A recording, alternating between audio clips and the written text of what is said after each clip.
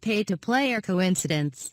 Clinton Foundation donors granted meetings with Secretary of State Hillary. It may not have been illegal or even unethical, but on the surface, it looks a little fishy. And, unfortunately, it has given Trump and his GOP sycophants more grist for their anti-Hillary mill. It turns out that a total of 85 people who had personal access to Ms.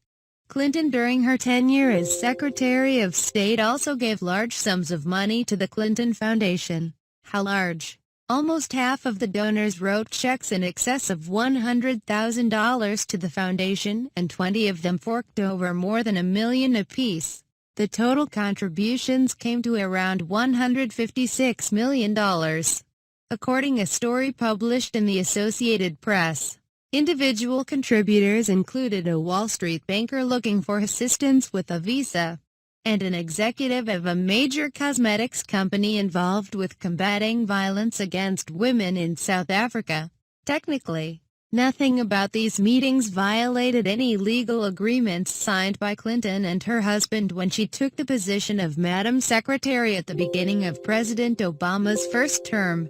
Unfortunately, the connections between these meetings and subsequent donations by those with whom she met are giving the public the impression that Secretary Clinton was running a pay-to-play operation when it came to giving individuals her time and attention.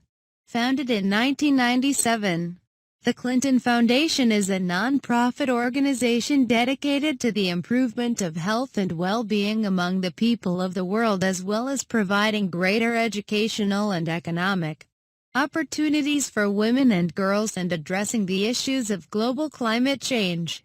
For the most part, the foundation works through partnerships with private and public institutions as well as individuals who share its vision and goals. Despite its lofty and admirable mission, the Clinton Foundation has taken a lot of heat during this election cycle because of some of the sources of its donations. For example, shortly after Hillary Clinton assumed her office as Secretary of State, she was contacted by a Swiss government official regarding UBS, arguably one of the most corrupt, yet powerful financial institutions on the planet. UBS had drawn scrutiny from the IRS regarding a large number of secret bank accounts held by U.S. citizens in violation of federal law.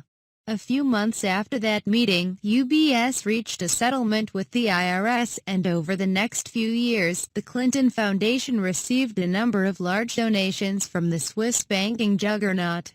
That's only one example of the Clinton Foundation receiving large donations from questionable sources that have included defense industry players such as Boeing and Lockheed Martin and corrupt authoritarian regimes like Saudi Arabia. Go here to hear Ed Schultz's recent report. Nobody will argue that the Clinton Foundation does a great deal of good in the world.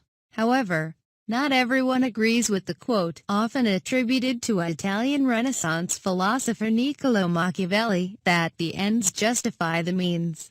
And in this election year, with so much at stake, it would behoove Hillary Clinton to remember that no matter how good one's intentions may be, one will invariably be judged on appearances in the company one keeps.